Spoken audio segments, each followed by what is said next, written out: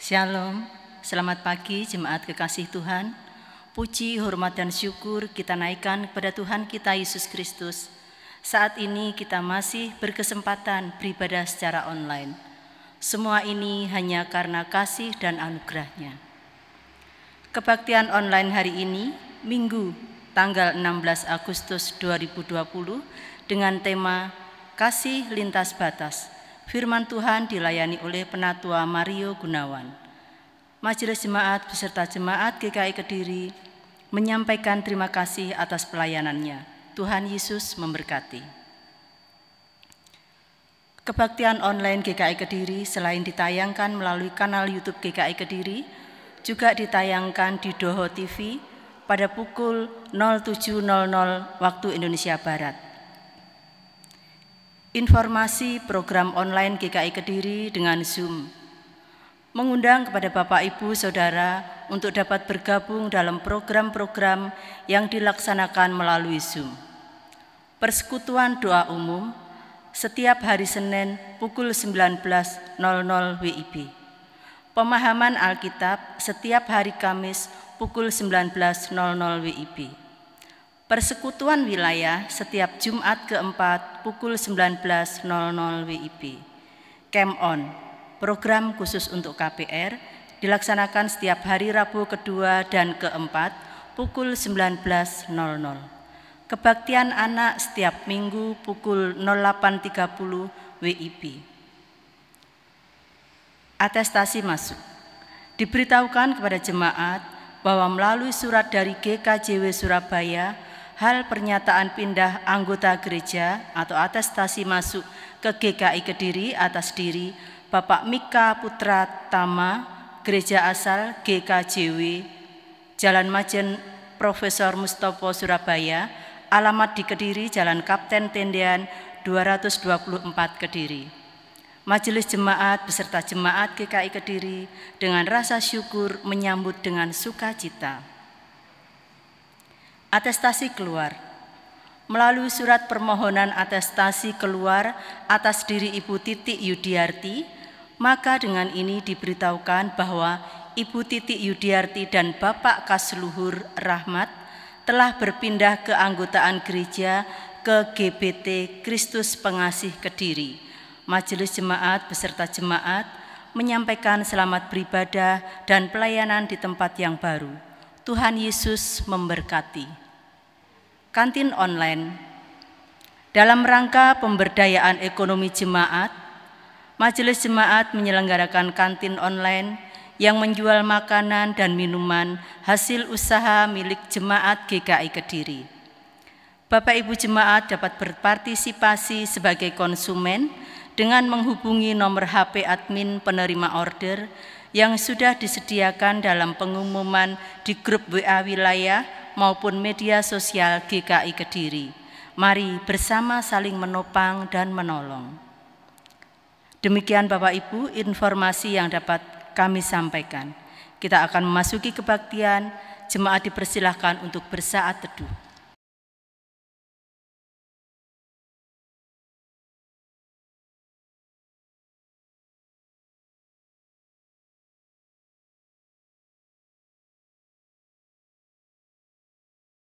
Selesai.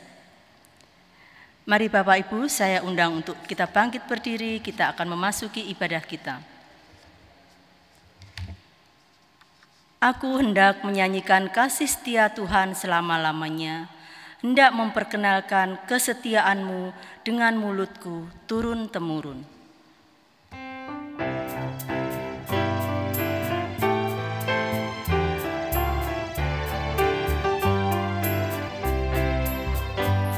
Nyanyikan kasih setia Tuhan selamanya, selamanya. Ku nyanyikan kasih setia Tuhan selamanya, ku nyanyikan selamanya. Ku tuturkan tajumu, kasih setiamu Tuhan. Ku tuturkan tajumu,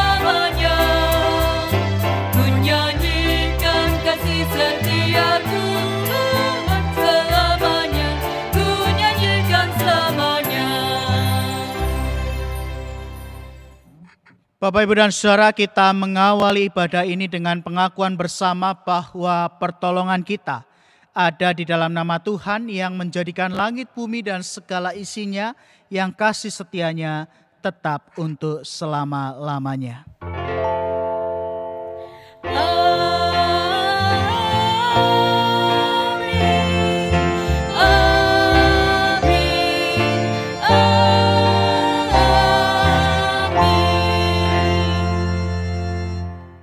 Kasih karunia dari Allah Bapa kita dan dari Tuhan Yesus Kristus menyertai saudara sekalian. Dan besertamu juga. Dipersilakan untuk duduk.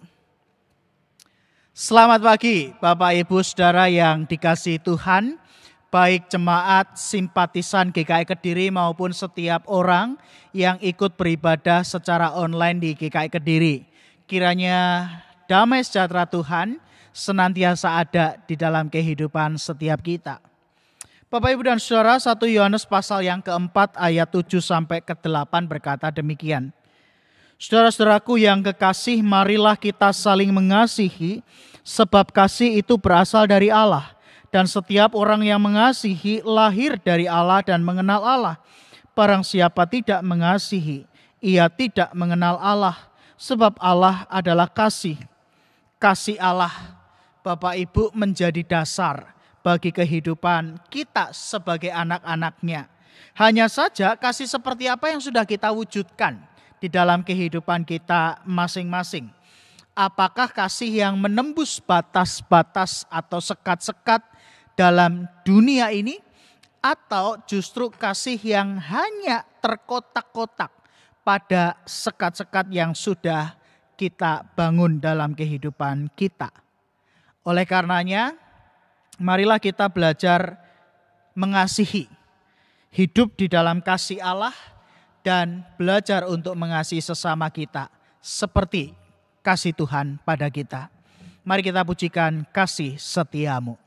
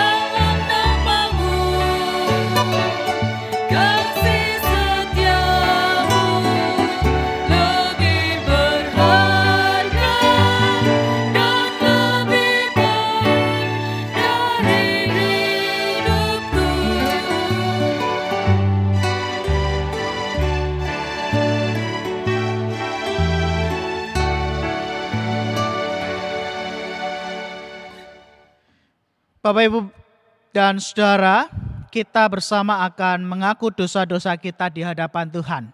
Mari kita merendahkan hati di hadapan Tuhan dan kita mengaku dosa-dosa kita. Diberikan kesempatan untuk setiap kita menaikkan doa pengakuan dosa secara pribadi. Mari kita berdoa.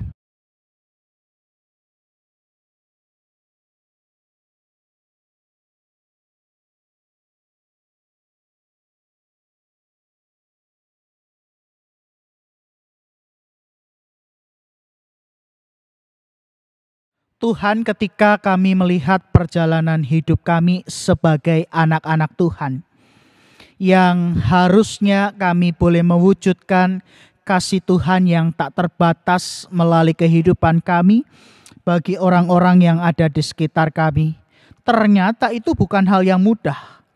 Seringkali kami lebih suka membangun batas-batas untuk membatasi kami di dalam mewujudkan kasih Tuhan. Ampunilah kami ya Tuhan, ketika mungkin kami gagal untuk mewujudkan kasih Tuhan itu bagi orang-orang yang ada di sekitar kami. Kami gagal membuat orang lain merasakan kasih Tuhan dalam kehidupan mereka. Ampunilah kami ketika kami juga menggunakan kehidupan kami bukan untuk mengasihi, tapi justru untuk melukai dan menyakiti hati sesama kami.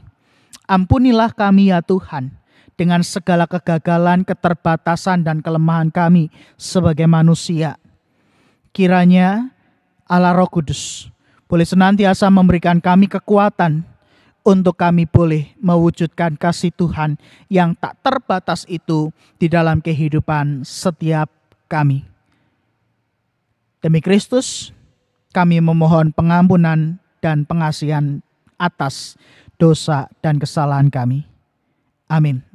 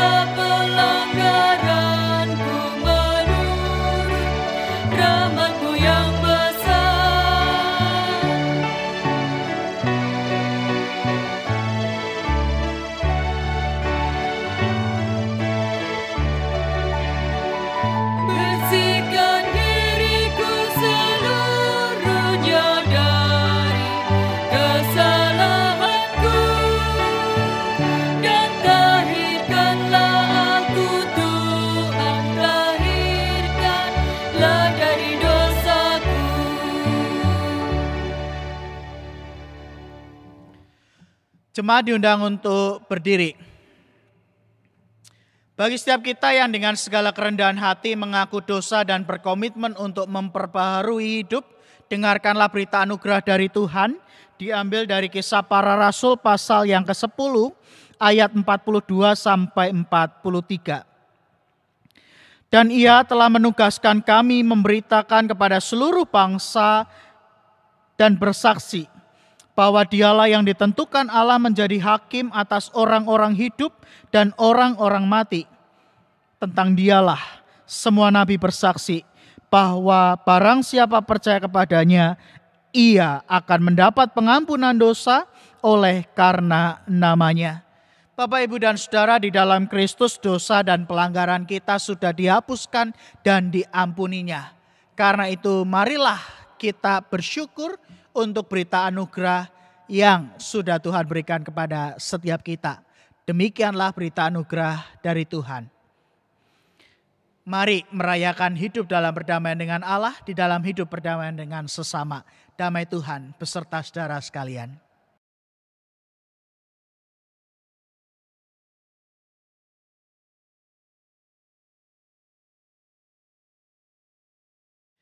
Bapak, Ibu, dan Saudara, kasih Tuhan dalam hidup kita sungguh berlimpah.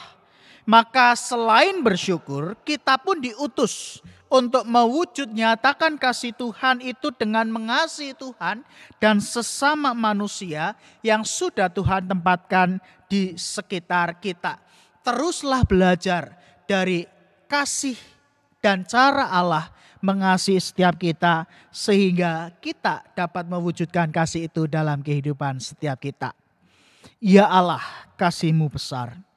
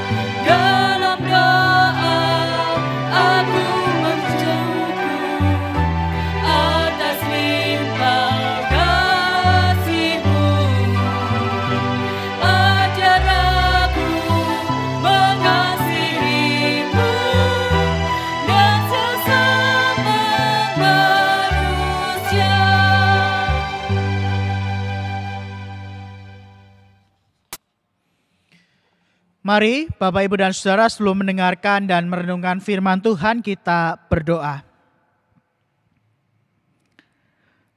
Tuhan, tiba saatnya bagi kami untuk membuka Alkitab kami. Kami hendak membacanya, merenungkannya, dan mendengarkan firman Tuhan. Tolonglah kami dengan segala keterbatasan kami, supaya hati dan pikiran kami terbuka untuk merespon firman Tuhan yang akan kami renungkan dan dengarkan bersama. Dan kami bukan hanya sekedar belajar dari firman-Mu itu, tapi kami boleh menghidupi firman itu di dalam kehidupan setiap kami. Sehingga ada perubahan di dalam kehidupan kami hari demi hari menjadi kehidupan yang lebih baik dan sesuai dengan firman Tuhan. Roh Kudus menolong kami untuk menjadi pelaku dari firman Tuhan. Berkati hamba-Mu dengan segala keterbatasannya, berkati umat Tuhan yang akan mendengarkan firman Tuhan bersama-sama di dalam segala keterbatasan kami.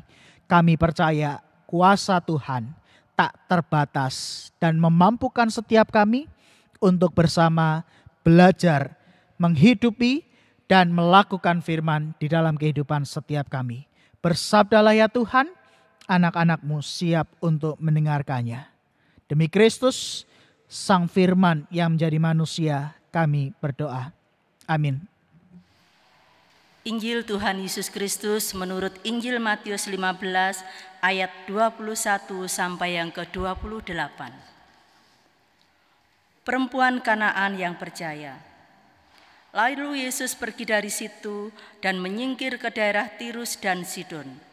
Maka datanglah seorang perempuan Kanaan dari daerah itu dan berseru, "Kasihanilah aku ya Tuhan, anak Daud, karena anakku perempuan kerasukan setan dan sangat menderita."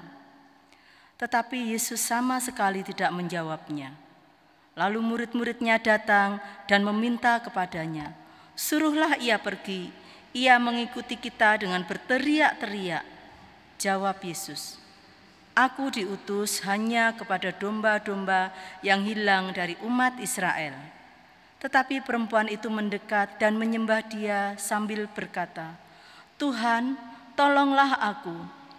Tetapi Yesus menjawab, "Tidak patut mengambil roti yang disediakan bagi anak-anak dan melemparkannya kepada anjing." Kata perempuan itu, "Benar Tuhan, namun anjing itu makan remah-remah yang jatuh dari meja tuannya."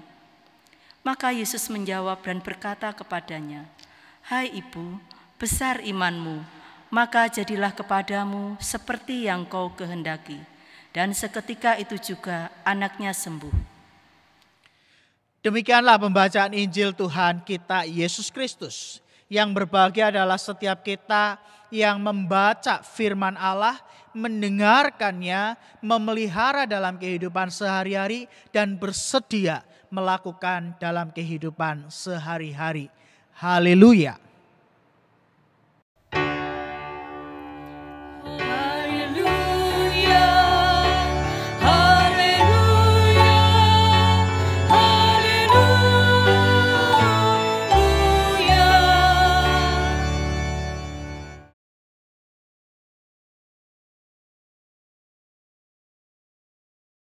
Kasih lintas batas. Kasih, kasih, kasih. Bapak, Ibu, dan Saudara, sudah berapa kali sepanjang sepekan ini atau mungkin setahun deh, Bapak Ibu mendengar khotbah atau membaca renungan tentang kasih? Sudah berapa kali? Banyak ya? Bosenkah? Wajar kalau Bapak Ibu merasa bosen. Kenapa? Karena kita sudah tahu bahwa ketika kita berbicara soal kasih, kita akan berbicara kasih Allah kepada manusia. Manusia mengasihi Allah dan mesti mewujudkannya dalam kasihnya kepada sesama. Cuma, apakah kita sudah mewujudkan kasih itu dalam kehidupan setiap kita? Berapa kali kita gagal dalam sepekan ini saja untuk mewujudkan kasih Tuhan di dalam relasi kita dengan orang-orang yang ada di sekitar kita. Bahkan mungkin tetap mengasihi mereka yang telah melukai hati setiap kita. Sudah berapa kali? Dan itulah kita, manusia yang terbatas. Pertanyaannya lalu, ketika kita adalah manusia yang terbatas, mungkinkah kita mewujud nyatakan kasih Allah yang tak terbatas itu di dalam kehidupan setiap kita? Jawabannya sangat-sangat mungkin. Mengapa? Sebab yang menjadi persoalan adalah bukan batas itu sendiri, melainkan karena kita lebih suka untuk menciptakan batas-batas yang akhirnya membuat upaya kita mewujudkan kasih Tuhan itu menjadi terbatas. Contoh sederhana, dari hal yang kecil saja Bapak Ibu, ketika kita mau menolong seseorang, awalnya kita akan berpikir, oh orang ini butuh pertolongan. Tapi ketika kemudian kita akan melakukan tindakan pertolongan, dalam pikiran kita kadang muncul, waduh nanti kalau disalahgunakan ya opo. Waduh nanti kalau dipakai untuk hal-hal yang tidak benar dan tidak baik ya opo. Waduh nanti kalau saya tolong justru ngelunjak dan lalu pertolongan saya dimanfaatkan, dan asumsi-asumsi negatif lainnya yang akhirnya membuat kita tidak jadi untuk menolong sesama kita. Kenapa? Karena batas yang kita buat dari pikiran dan asumsi negatif itulah yang akhirnya menggagalkan kita untuk mewujudkan kasih. Itu baru contoh yang sederhana. Belum lagi batas-batas yang kita miliki atau yang kita buat, entah itu batas-batas kelas sosial, tingkat ekonomi, agama, suku, kelompok, kekuatan, kepentingan, dan batas-batas lain hal sebagainya. Yang akhirnya batas-batas yang kita miliki antara satu dengan yang lain membuat jarak di antara kita. Kita membuat diri kita menjadi eksklusif. Yang akhirnya dampaknya apa? Bahwa terciptalah batas yang membuat kasih kita menjadi terbatas hanya pada kelompok-kelompok tertentu atau individu-individu tertentu. Bacaan Injil hari ini dilatar belakangi oleh konteks di mana umat Israel menempatkan diri mereka sebagai orang yang superior, bangsa pilihan Allah. Dan identitas ini membuat mereka berpikir mereka adalah kelompok yang eksklusif sebagai umat pilihan Allah, bahwa karya keselamatan adalah milik mereka seorang. Dan selain superioritas ini, mereka juga punya hak, merasa punya hak untuk memandang bangsa lain dengan rendah. Dan dua pernyataan Yesus di dalam bacaan Injil kita hari ini hendak memberikan kita gambaran bagaimana konteks kehidupan umat Israel pada zaman Yesus. Di ayat 24 Yesus berkata kepada perempuan Kanaan, "Aku diutus hanya kepada domba-domba yang hilang dari umat Israel." Ayat yang ke-26 Yesus katakan, "Tidak patut mengambil roti yang disediakan bagi anak-anak dan melemparkannya kepada anjing." Bapak Ibu, sebutan anjing walaupun dalam bahasa Yunaninya lebih lembut atau lebih tidak kasar, sekasar bahasa Yunaninya kuon, tapi dalam bacaan kita dipakai kunarion, tapi sebutan anjing ini biasa ditujukan kepada bangsa-bangsa kafir, non-Yahudi, sebagai bentuk pelecehan ataupun penghinaan. Dan dua pernyataan ini apakah kemudian dapat dianggap bahwa Yesus lalu bersikap eksklusif, superior, bahkan rasis? Apakah dengan dua pernyataan ini kita bisa menganggap bahwa Yesus membatasi karyanya bagi orang-orang yang bukan bagian dari kelompoknya? Ini kan pertanyaan yang biasa diajukan. Nah, karena itu Bapak Ibu hati-hati. Kita mesti cermat membaca kisah ini sebab teks ini memang biasanya dipakai untuk mencari celah kesalahan atau dosa yang dilakukan oleh Tuhan Yesus. Nah, dalam peristiwa ini Yesus tidak sedang membatasi kasih-Nya. Sebaliknya ia sedang membawa perubahan dalam cara pandang murid-murid untuk memahami karya keselamatan Allah dari yang eksklusif menjadi inklusif, dari yang tertutup menjadi terbuka. Justru melalui peristiwa ini kita melihat bagaimana kasih Allah dalam diri Yesus itu melampaui batas, sekat sosial, sekat gender, bahkan sekat-sekat yang ada di zaman itu.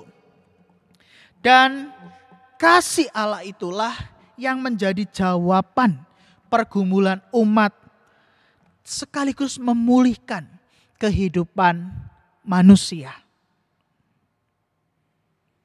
Kalau Yesus eksklusif dan rasis, saya kira ia tidak akan pergi ke Sidon dan juga Tirus.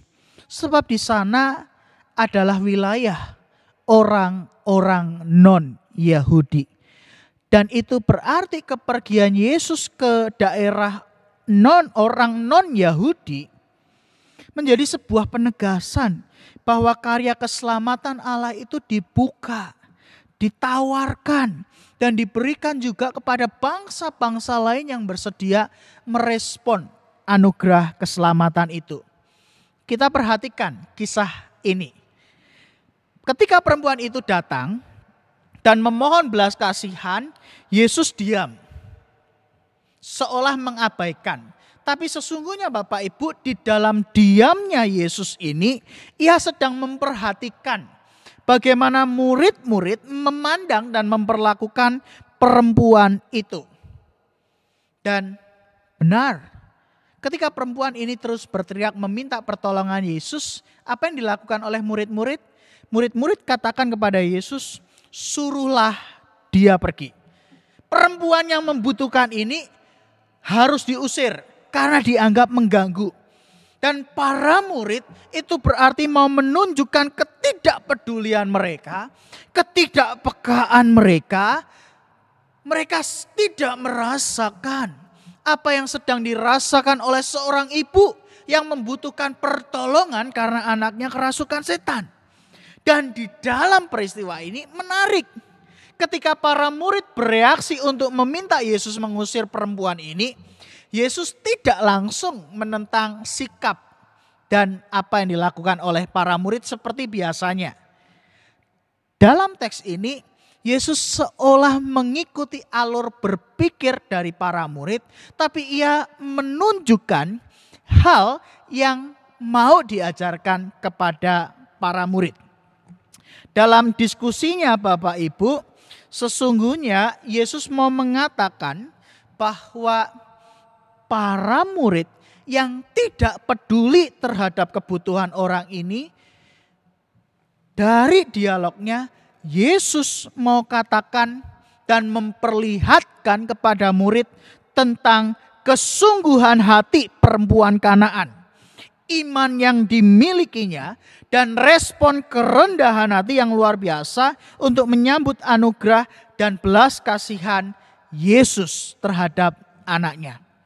Dan gambaran kesungguhan hati inilah yang mau ditekankan oleh Yesus ketika ia katakan tidak baik melemparkan roti bagi anjing. Dan respon perempuan ini katakan, benar Tuhan, namun anjing itu makan remah-remah yang jatuh dari meja tuannya. Ketika para murid tidak peduli terhadap perempuan ini, Yesus melalui dialognya menunjukkan kesungguhan hati yang dimiliki oleh perempuan Kanaan tersebut. Dan pernyataan perempuan ini sungguh luar biasa dan menggugah hati kita. Sebab perempuan ini berarti menghargai betul anugerah Allah. Walaupun remah-remah, ia menantikan belas kasihan dari Tuhan. Dan kalau kita mengingat bagaimana umat Israel seringkali mengabaikan dan menyanyiakan anugerah Tuhan, maka poin inilah yang mau disampaikan Yesus kepada para murid, bahwa ada seorang perempuan Kanaan, seorang dari bangsa lain, justru ia dengan sungguh-sungguh merespon anugerah keselamatan ketika umat Israel seringkali menyia-nyiakan anugerah keselamatan itu. Dan benar, sesudahnya kan Yesus katakan, "Hai ibu, besar imanmu." Dan seketika anaknya menjadi sembuh. Hai ibu, besar imanmu. Pernyataan ini berbanding terbalik dengan kisah Injil minggu lalu. Kalau Bapak Ibu masih ingat, ketika Petrus yang berjalan di atas air, lalu tiupan angin mulai dirasakan, Petrus menjadi gelisah dan akhirnya tenggelam. Petrus diselamatkan, naik ke atas perahu. Apa yang dikatakan oleh Yesus? Yesus katakan kepada Petrus, "Hai kamu orang yang kurang percaya, mengapakah engkau bimbang?" Bagi pada perempuan Kanaan, Yesus katakan, "Hai ibu, besar imanmu." Kepada Petrus, muridnya, Yesus katakan, "Hai orang yang kurang percaya." Dari dua kisah yang berbanding terbalik ini, saya merefleksikan satu hal, bahwa iman kita kepada Yesus harus melalui ujian pengalaman hidup. Iman kita kepada Yesus harus melalui ujian pengalaman hidup.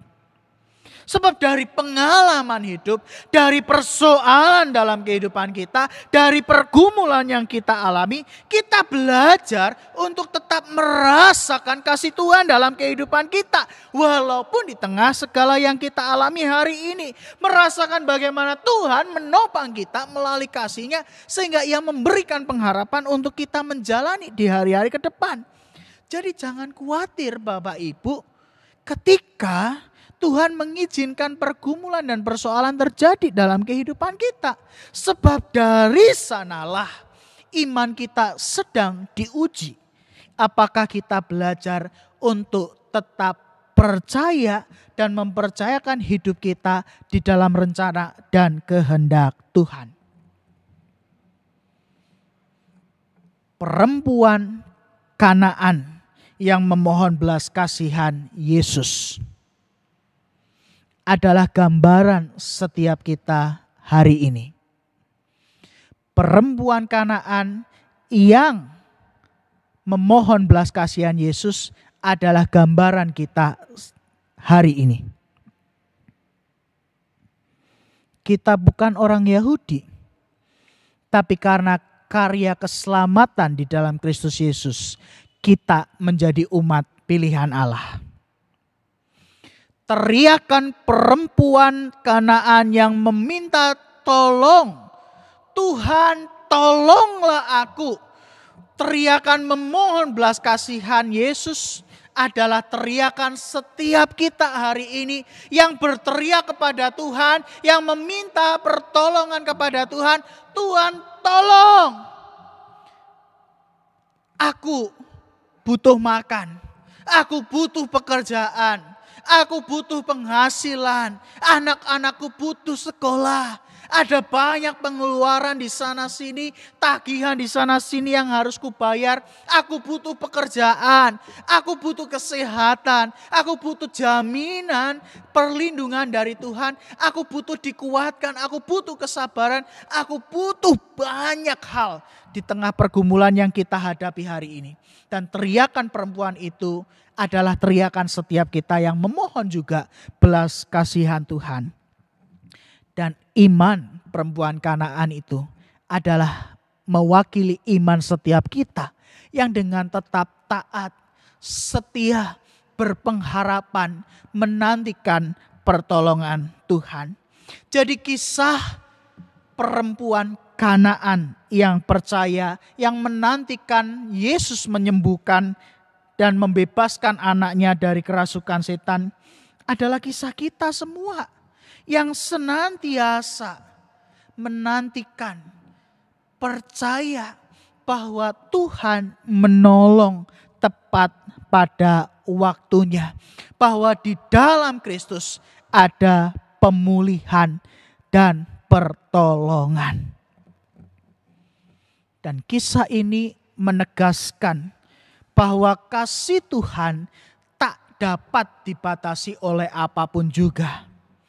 Kasih Tuhan tak terbatas, dan kasih itulah yang sudah dinyatakan bagi perempuan Kanaan, bagi setiap orang yang percaya kepada Kristus. Tinggal dari kisah ini sikap mana yang akan kita pilih. Oke, bahwa perempuan Kanaan ini adalah mewakili setiap kita yang hari ini sedang bergumul. Tapi sebagai gereja kita juga diperhadapkan pada pilihan. Sikap mana yang akan kita pilih? Sikap sebagai murid-murid Yesus yang melihat perempuan Kanaan ini lalu berpikir bahwa sudah tidak usah dipedulikan, sudah tidak layak ditolong, sudah diusir saja, sudah tidak usah diurusi, dan itu bukan tanggung jawab kita. Gampang, praktis, tidak ribet. Ataukah justru sebagai murid-murid Kristus yang sesungguhnya kita mau meneladan kepada Yesus. Yang peduli, yang peka, yang melihat adanya kebutuhan dan menjadi jawaban atas pergumulan dan kebutuhan tersebut. Jangan sampai kita hanya ngomongin soal kasih, kita harus mengasihi, tapi nol aksi. Sebab Yesus tidak hanya memberitakan tentang kasih Allah, Ia juga mewujudkan kasih Allah itu dengan menjawab pergumulan yang dirasakan oleh orang di sekitarnya. Ia membawa pengharapan dan penghiburan bagi mereka yang membutuhkan. Ia memulihkan orang-orang yang butuh dipulihkan, mengulurkan tangan bagi mereka yang butuh uluran tangan. Kalau Bapak Ibu masih ingat khotbah 2 minggu lalu, saya menyebutkan ada banyak pergumulan yang dihadapi oleh umat hari ini. Pergumulan ekonomi, sosial, pendidikan, kesehatan, sampai masalah kuota internet. Dan persoalan ini nyata diperhadapkan dan ada di hadapan kita sebagai gereja. Pertanyaannya lalu di tengah pergumulan-pergumulan yang terjadi hari ini, apa yang sudah kita lakukan sebagai gereja? Baik sebagai individual, komunal maupun institusional kita. Apa respon kita sebagai gereja menyikapi pergumulan hari ini? Bersyukur ada program kantin online GKI Kediri sebagai wadah pemberdayaan ekonomi jemaat. Namun sudah 3 minggu ini kantin online mengalami penurunan penjualan. Awal-awal minggu memang kantin online ini cukup membantu 3 orang kurir yang secara bergantian mengantarkan pesanan makanan. Tapi sudah 3 minggu ini dari 3 kurir hanya tinggal 1 orang yang mengantarkan pesanan. Itu pun pesanannya sepi. Padahal seluruh penghasilan dari penjualan di kantin online diberikan sepenuhnya kepada para penjual dan juga kurir yang sedang berjuang untuk mendapatkan penghasilan yang cukup. Karena itu Bapak Ibu, saya tak jemu-jemunya mengajak setiap kita yang hari ini masih memiliki pekerjaan tetap, penghasilan yang tetap, untuk ikut berjuang bersama, kita saling topang, kita saling menolong. Melalui apa? Kita dukung program kantin online GKI Kediri. Kalaupun Bapak Ibu tidak membeli untuk diri sendiri, Bapak Ibu tetap bisa melakukan transaksi di kantin online dan membelikan dan memberi orang-orang maupun jemaat-jemaat yang hari ini sedang juga dalam kekurangan dan membutuhkan. bukankah itu sekaligus menjadi berkat bagi mereka yang hari ini sedang berkekurangan? Intinya apa? Ini perjuangan kita bersama untuk mewujudkan kasih Tuhan melalui hidup persekutuan, pelayanan, dan kesaksian kita sebagai gereja. Itu baru satu program. Belum lagi program-program lain yang terus diupayakan, baik melalui Kespel dengan bantuan diakonia, ataupun juga kita akan berusaha untuk membuka gereja ataupun memberikan layanan internet yang membantu para orang tua atau anak-anak yang mengalami keterbatasan kuota. Belum lagi kita yang akan memulai lagi Gria Kasih Ilmu, wadah bimbingan belajar yang sebelum pandemi ini sudah mulai dan vakum selama pandemi, dan kita akan mulai lagi Gria Kasih Ilmu. Dan masih ada program-program lain yang akan dicanangkan untuk menjawab pergumulan hari ini. Cuma apa artinya ada program tapi tidak ada upaya untuk berjuang bersama-sama? Karena itu Bapak Ibu, mari kita berjuang bersama. Kita dukung setiap program untuk menjawab kebutuhan dan pergumulan hari ini. Dan tentu saja Bapak Ibu, bahwa inilah perjuangan setiap kita untuk mewujudkan kasih Allah secara nyata melalui aksi nyata, bukan sekedar omong belaka. Walaupun apa yang kita lakukan tidak besar, tapi paling tidak ini sudah meringankan beban dari saudara-saudara kita maupun pemerintah yang hari ini juga ikut berjuang. Kasih itu bukan sekedar konsep atau teori belaka untuk dipahami. Kasih harus diwujud nyatakan melalui tindakan konkret. Jangan lagi berbicara kasih kalau ternyata tidak ada kasih untuk mewujudkan kasih itu. Karena kasih Tuhan bagi kita mewujud nyata melalui kehadiran Kristus, dan setiap kita punya tugas untuk mewujudkan kasih Tuhan. Saat hening untuk kita semua.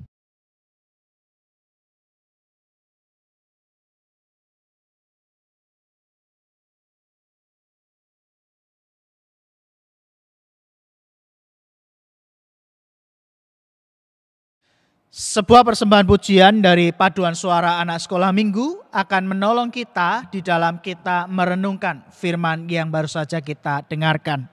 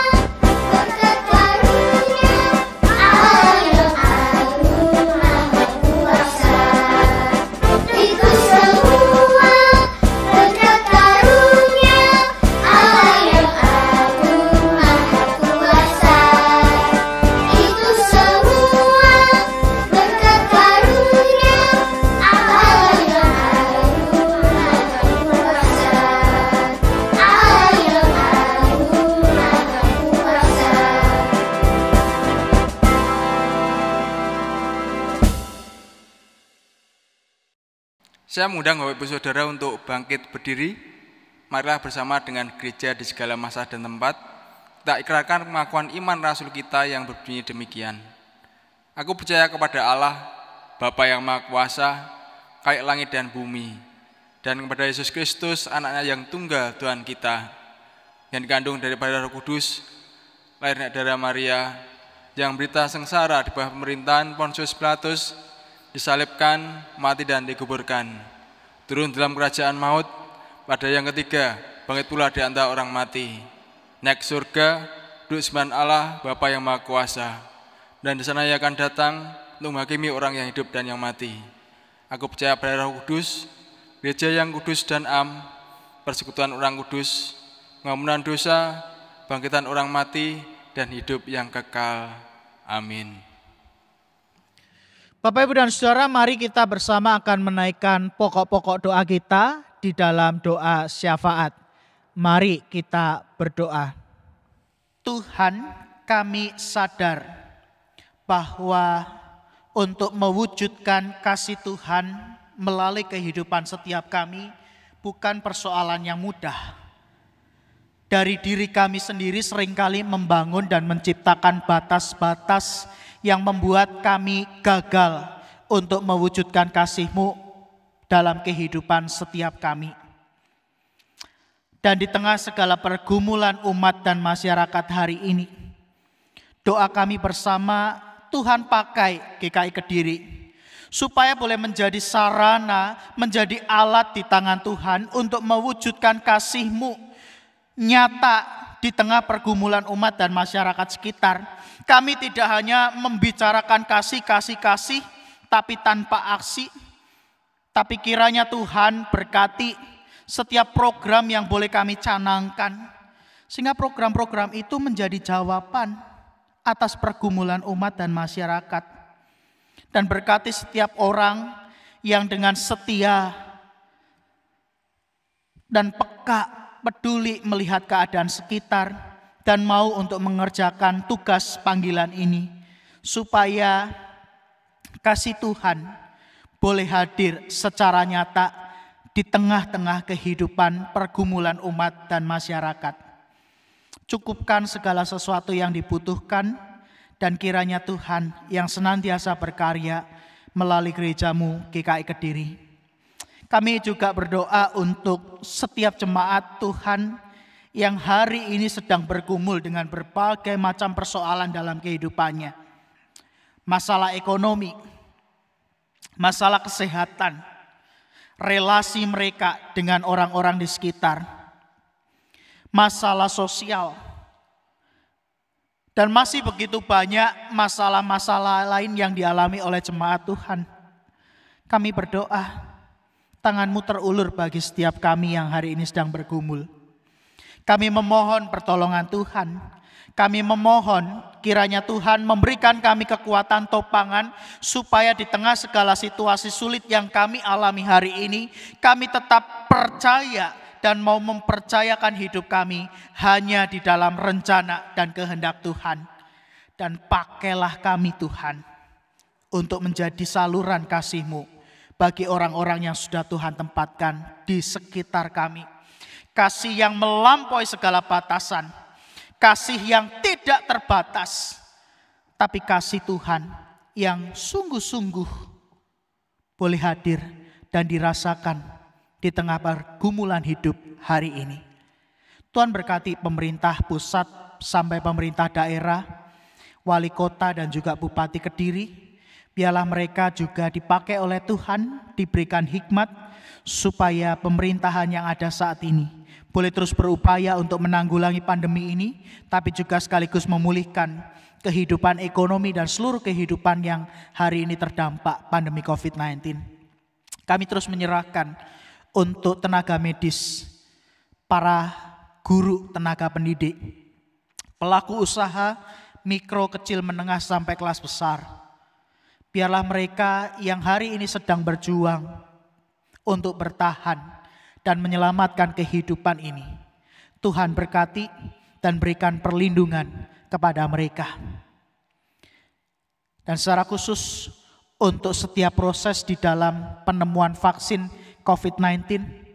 Tuhan pimpin sehingga pada waktunya vaksin ini boleh dipakai untuk setiap manusia yang ada di bumi ini dalam upaya menangkal virus COVID-19. Saat ini kami berdoa untuk jemaatmu yang mengalami kelemahan tubuh, Tuhan jamah dan pulihkan. Untuk mereka yang sedang bergumul, Tuhan topang dan ulurkan tangan. Dan untuk mereka yang berulang tahun pada sepekan ini, Tuhan berkati melalui pertambahan usia dalam hari-hari ke depan mereka. Dan izinkanlah kami untuk menaikkan doa pergumulan kami secara pribadi. Tuhan kiranya mendengar apa yang kami doakan. Inilah seru doa dan permohonan kami ya Tuhan. Kami berdoa hanya di dalam satu nama Tuhan Yesus Kristus yang mengajarkan kami berdoa demikian. Bapa kami yang ada di surga, dikuduskanlah namamu, datanglah kerajaanmu, jadilah kehendakmu di bumi seperti di surga.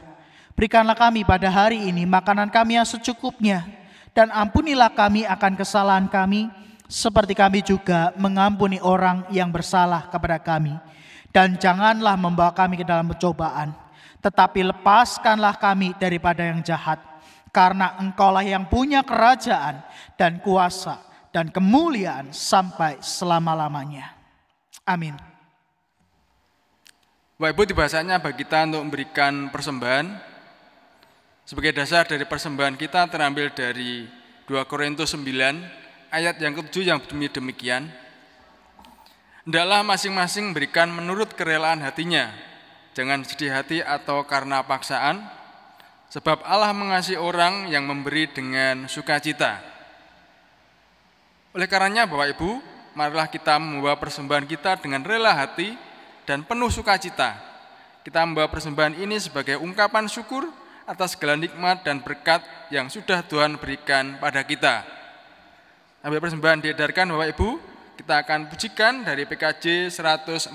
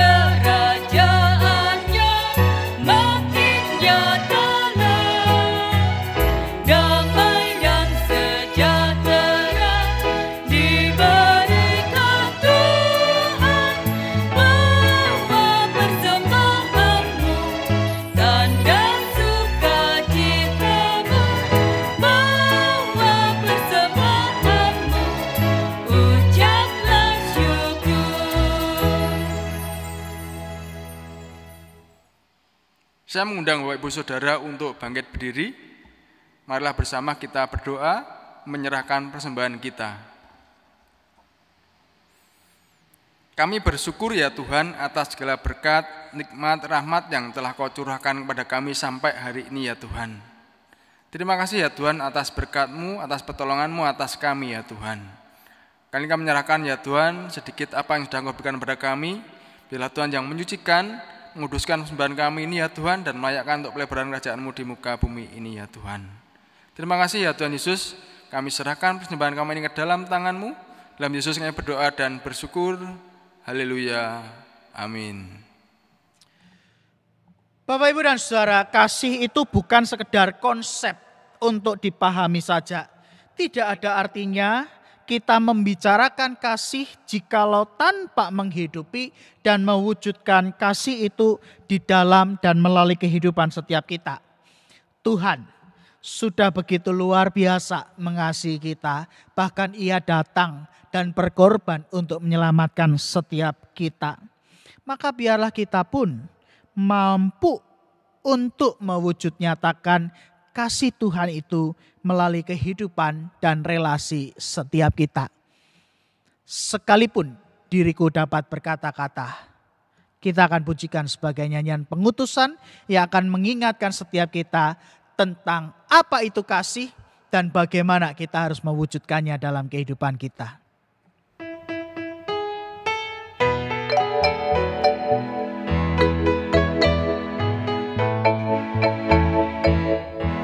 Sekalipun diriku dapat berkata-kata dengan semua bahasa, bahasa manusia dan bahasa malaikat ataupun yang lainnya. Tapi jika aku tak mempunyai kasih, aku serupa gong yang menggema dan carang yang gemericik.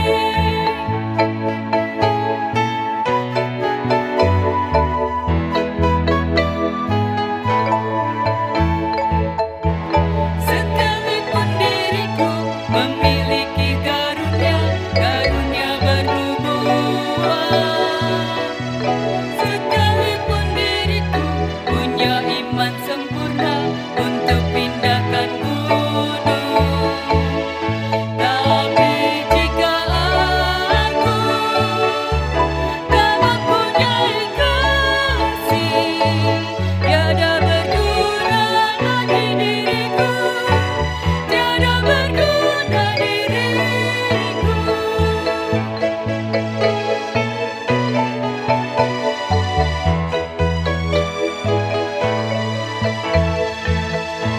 Sekalipun diriku membagikan semua harta yang kumiliki, bahkan aku serahkan tubuh jiwa ragaku, dibakar pun ku sudi. Tapi jika aku tak mempunyai kasih, tiada berguna lagi diriku, tiada berguna diriku. Bapak, Ibu, dan Saudara, ibadah kita telah usai, tapi ingatlah bahwa kehidupan sehari-hari kita juga adalah ibadah yang harus kita persembahkan bagi kemuliaan nama Tuhan. Karena itu arahkanlah hatimu pada Tuhan dan marilah bersama menerima berkat-Nya. Allah sumber segala kasih karunia yang telah memanggil kita dalam Kristus Yesus kepada kemuliaan yang kekal di dalam persekutuan dengan Roh Kudus akan melengkapi, meneguhkan, menguatkan, dan mengokohkan iman kita sebagai saksi-saksi Kristus untuk mewujudkan kasih Tuhan yang tak terbatas di dalam dan melalui kehidupan kita sehari-hari, dari kini terus sampai selama-lamanya. Amin. Haleluya, haleluya, haleluya,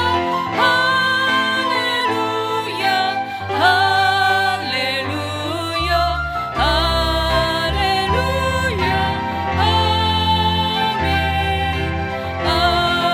amin, amin.